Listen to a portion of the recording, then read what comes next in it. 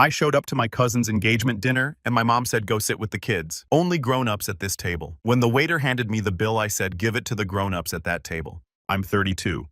And if you've ever been the family afterthought, the extra chair, the oh right, he's here relative, then you'll understand exactly how this story starts. My family has always had a strange talent, the uncanny ability to make me feel like I never quite belonged. I wasn't the golden child, not the troublemaker, not the baby. I was the placeholder, the one who showed up, smiled politely, and quietly picked up the check. I didn't explode or argue, I just existed, which in my family seemed to offend them more than anything else. It wasn't always like that. Growing up, I used to think we were normal. Dinners together, vacations, even some Christmas mornings where I felt genuinely happy. But somewhere along the way, maybe after my dad left, or maybe after my older brother started making six figures and my mom decided he could do no wrong, I stopped being part of the picture and started becoming background noise. I moved out at 19, put myself through school, and worked quietly up the ranks at a mid-sized logistics firm. Now I make good money, but you'd never know it from the way they treat me. If anything, the better I did, the colder they became. As if success was something I wasn't allowed to have, or worse, something they were entitled to benefit from without acknowledging the effort I put in. The latest insult came wrapped in white linen napkins and a $3,600 bill. My cousin Melanie, my aunt's youngest daughter, was having an engagement dinner. Not the wedding, mind you, just an engagement dinner, because apparently, proposing with a ring, you could probably see from space, wasn't enough of a spectacle. My aunt, who has never said a kind word to me that wasn't about borrowing money, decided it was going to be a family-sponsored event, which is code in our family for Josh is paying for it. I found out I was invited not from a call or a text, but from a forwarded email.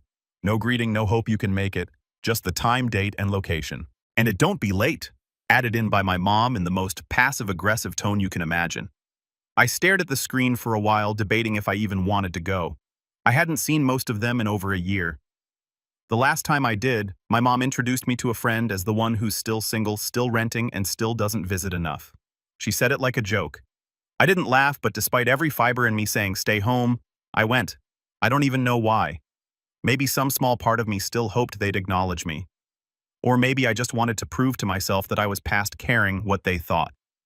The restaurant was upscale, not quite Michelin-starred, but definitely out of reach for most of my family if they weren't pretending to be something they weren't. I showed up 15 minutes early in a navy blazer and pressed slacks, trying to at least look like I belonged.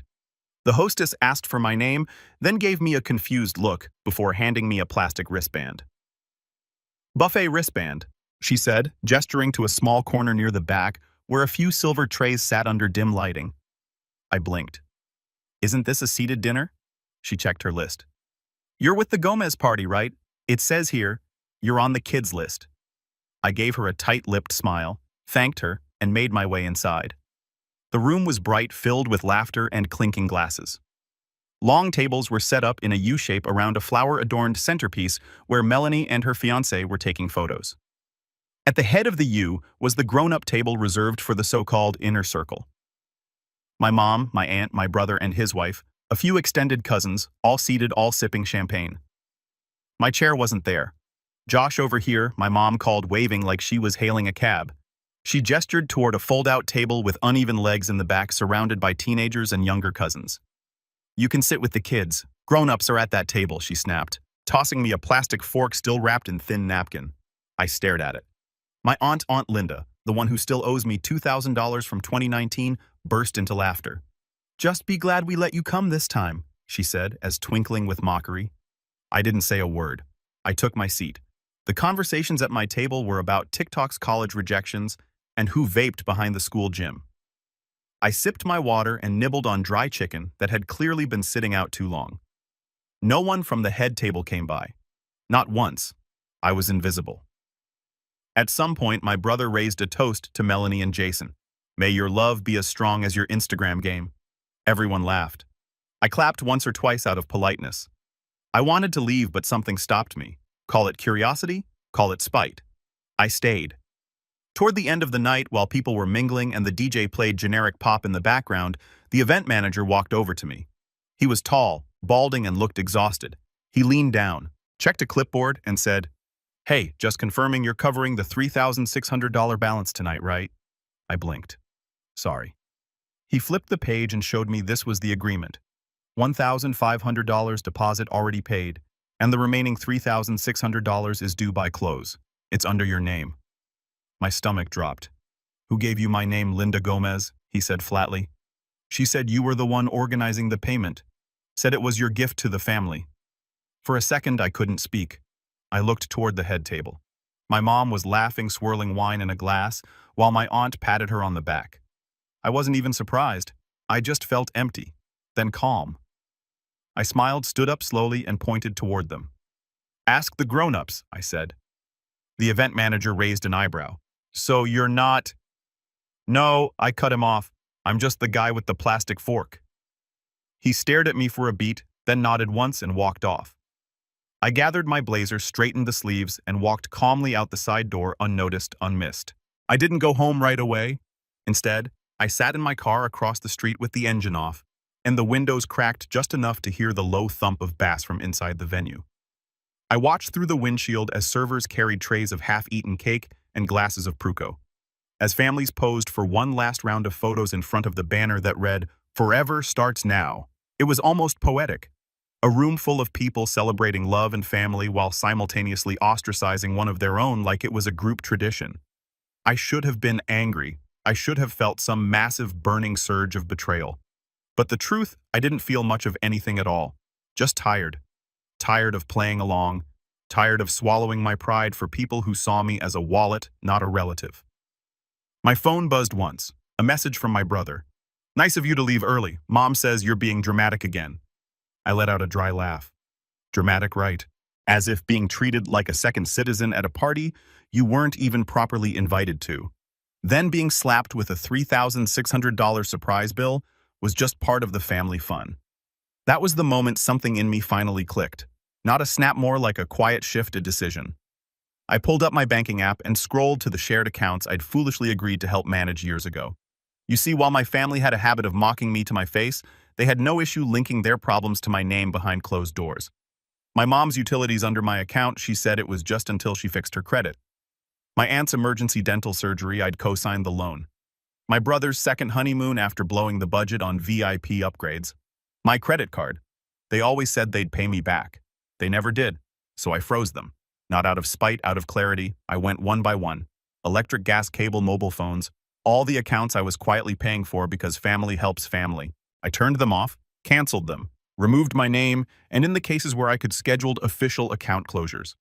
Then I opened a new bank account under a different branch and began transferring my funds out. Every single dollar gone from anything they could access. Then came the part that felt just right. I called the event venue. A polite woman named Clarissa answered. I told her I'd been listed as the payer for a dinner I never agreed to host. I asked if there was a signed document under my name. There wasn't. Ma'am, I said calmly, I never authorized that charge. I won't be paying it. And if my name is used again without consent, I'll be getting my lawyer involved. Clarissa stammered, apologized, and said she'd take it up with the woman who made the booking. I thanked her, hung up, and finally drove home. The fallout started the next morning. 7:12 a.m., my phone buzzed. A group text. Josh, the venue says the payment bounced. What's going on? 7:29 a.m. My mom sent a separate message. Why are the lights not working? Did something happen with the electric bill? 7:34 a.m. Aunt Linda, I'm being told my credit is frozen because of you. This is completely unfair. By 8:15 a.m., I had 27 unread messages, 3 voicemails, and 2 missed calls from my brother. But the real panic set in when Melanie, the bride to be, called me directly. I almost didn't answer, but curiosity won. Josh, her voice was already tight, as if holding back tears. I'm so sorry about how you were treated. I didn't know they put your name down for the bill. It's just the venue won't release the photos until we settle and they say your name's on the account. Could you maybe just cover it and we'll sort it out later? I paused. I sat at a fold-out table. Mel, I said, my tone flat with a plastic fork. You posted 100 photos and I wasn't in one. Why would I cover it? She sputtered. I didn't mean to exclude you. I swear it was my mom and Annie Linda, and asked the grown-ups, I said, and hung up. That night, my phone blew up again, this time with a different tone. My mom started with guilt. I raised you better than this. Don't punish everyone for one silly misunderstanding. Then came my brother. You're overreacting. They're old. They joke around. Don't ruin the family over this. But then Aunt Linda escalated. If you don't fix this, I'm telling people you committed fraud on my accounts. That was the final straw. I screenshotted every email and document showing her consent. Every form she signed when I co-signed that loan. Then I sent them all to her, to my mom, and for good measure to my lawyer, who I said with a polite note. Hi, Mark. Just making sure you're aware of the threats being made toward me in relation to shared financial accounts. Silence for 2 days, not a single word. Then the apology texts trickled in. Weak once, conditional once. Sorry if you felt excluded. We didn't mean to make you uncomfortable. Let's just talk this out. But the best message, the one that truly made me sit back and smile, came from Clarissa, the event manager. She forwarded an email from my aunt frantically asking to put the remaining $3,600 on her own card. It bounced 3 times. According to Clarissa's note, the balance is still outstanding. We've begun adding late fees. I leaned back in my chair sipping coffee and felt a strange peace I hadn't known in years. I wasn't the wallet anymore. I wasn't the placeholder. I was just done. And then just when I thought it was over, just when I was getting used to the sound of silence, a knock came at my door. It was my mom, red-faced eyes puffy, holding an envelope. And that is where things really started to unravel. I stared at the door for a long moment before opening it. There was a part of me, small, childish maybe, that still hoped this was going to be the moment, that my mom was going to say something real. Something like, "I'm sorry. We treated you horribly. We took you for granted. We were wrong." But the moment I opened the door and saw her face, I knew better. She wasn't here for reconciliation. She was here for damage control. "Josh," she said, giving me a tight smile that didn't reach her eyes. "Can we talk?" She held up the envelope like it was some kind of peace offering. I didn't say anything, just stepped aside, letting her walk in.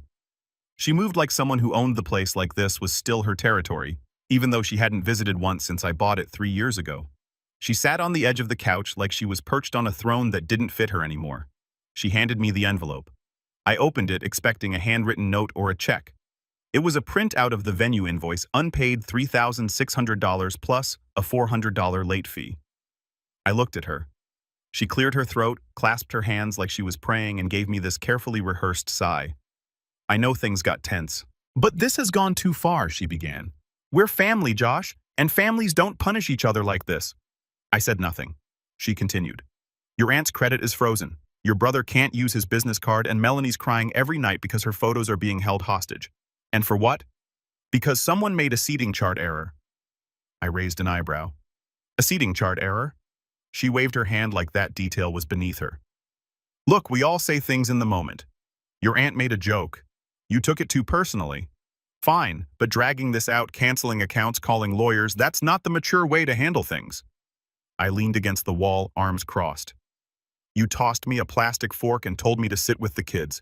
You made me pay for your gas bill last month without asking. And then you put my name down for a bill you never told me about? That's not a joke. That's using someone." She blinked. "It's not like you can't afford it." There it was. That sentence. That thing they always fall back on. The justification. He has money. He doesn't have a wife or kids. He's fine. So let's take more. "You didn't even ask," I said quietly. "You just assumed I'd cover it like always." She sighed again, standing now trying to shift the dynamic. "I know we haven't always made you feel included, but you make it hard, Josh. You isolate yourself. You don't come to things. You never open up. Maybe if you tried harder, we wouldn't have these issues." Tried harder. I wanted to laugh. I wanted to scream. I'd spent years trying, showing up to events I wasn't welcome at, sending birthday gifts that got no thank yous, paying bills that no one remembered, and here she was turning it back on me like I hadn't done enough. Instead, I just looked her in the eye and asked if I had said no to the bill before the dinner. "Would you have uninvited me?" She didn't answer. Her silence was all I needed. She tried to pivot. "Look, I don't have the money to pay this. And neither does your aunt. The venue's threatening legal action. You want Melanie to start her marriage in debt?" I tilted my head. "So you do want me to pay it?" "No," she said too quickly. I'm asking you to help to do the right thing." I stepped forward, took the invoice, and slowly ripped it in half, not out of anger. Deliberately, slowly, a controlled break.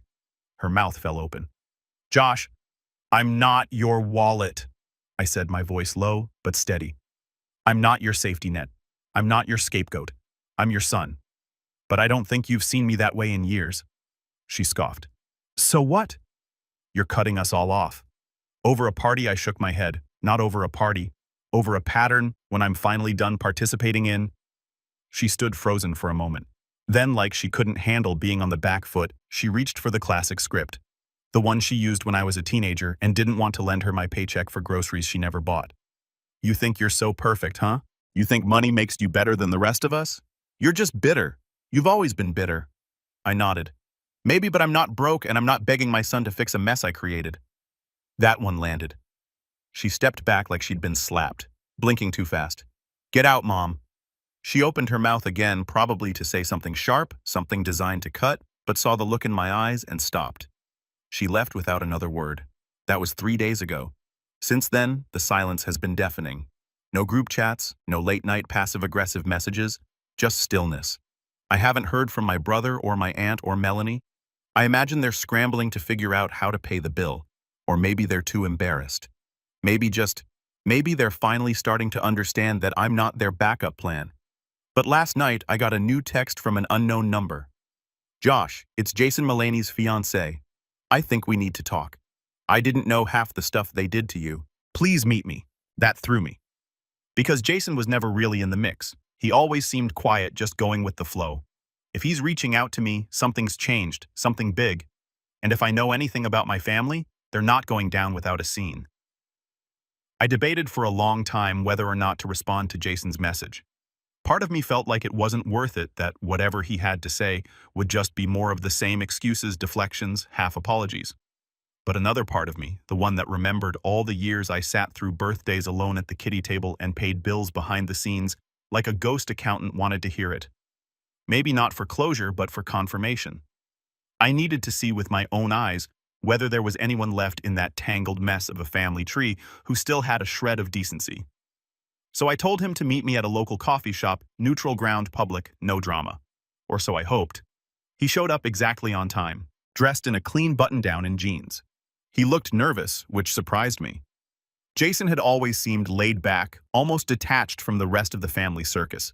He was one of those people you didn't notice until he spoke, and even then you weren't sure he had anything to say. But as soon as he sat down, I could tell something was different. His shoulders were tense.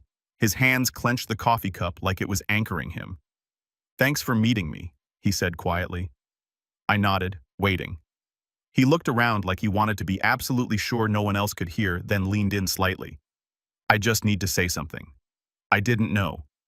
Like I truly didn't know what they were doing to you until recently. I said nothing, letting him keep going. When Melanie first told me about the engagement party, I thought your name was on the invoice because you offered. She told me you were covering it as a surprise gift.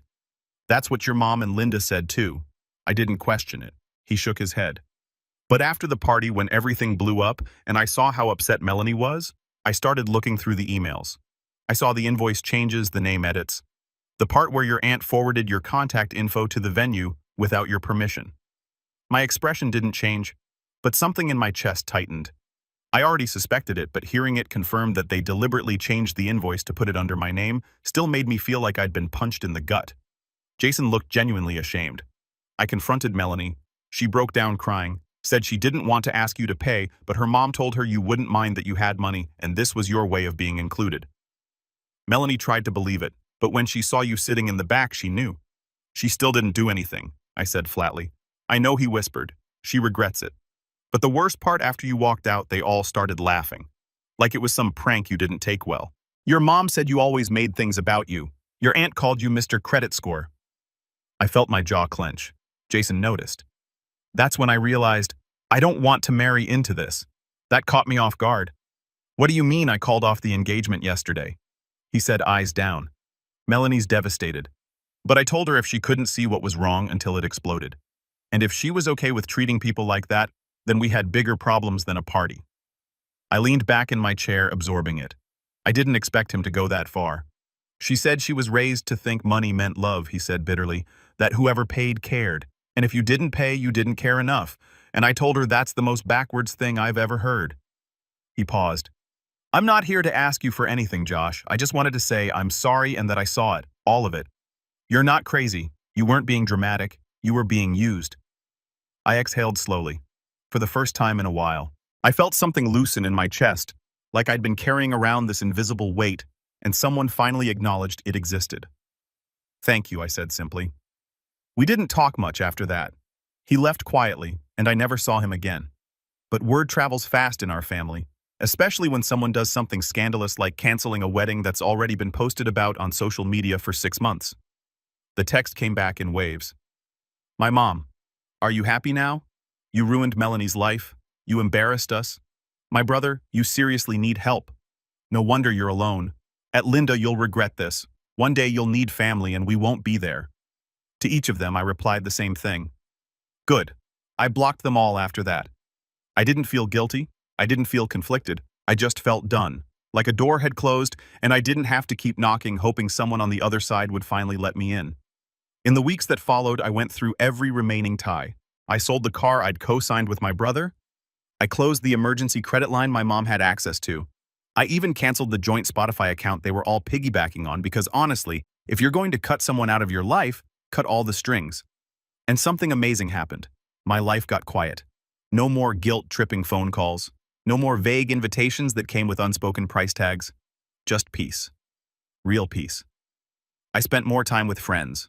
Real friends, the kind who asked how you were without needing something. I picked up an old hobby again, photography. Started hiking on weekends. Learned to cook something other than pasta and eggs. I even began volunteering once a week at a local shelter, helping with logistics and donation drives. It felt good to do things for people who appreciated it, not expected it. And then one Sunday morning, I got a letter in the mail. No return address, but the handwriting was familiar. It was from my grandma, the only one in the family who had always treated me with dignity, who lived in a small town 2 hours away, and hadn't made it to the party due to health reasons. The letter was short. Josh heard about the party, heard what you did. Good. You deserved better than them. Always have. Come visit me. I made your favorite cookies. Love, Grandma. I laughed right there at the mailbox as the wind whipped the edges of the paper. And that night, I drove to her house with a smile on my face and a full tank of gas paid for with my own money, for once, just for me. No plastic forks, no kiddie tables, no bill at the end, just a chair waiting by the fire next to someone who always knew my worth, even when the rest of them pretended not to. I wasn't the placeholder anymore. I was finally free.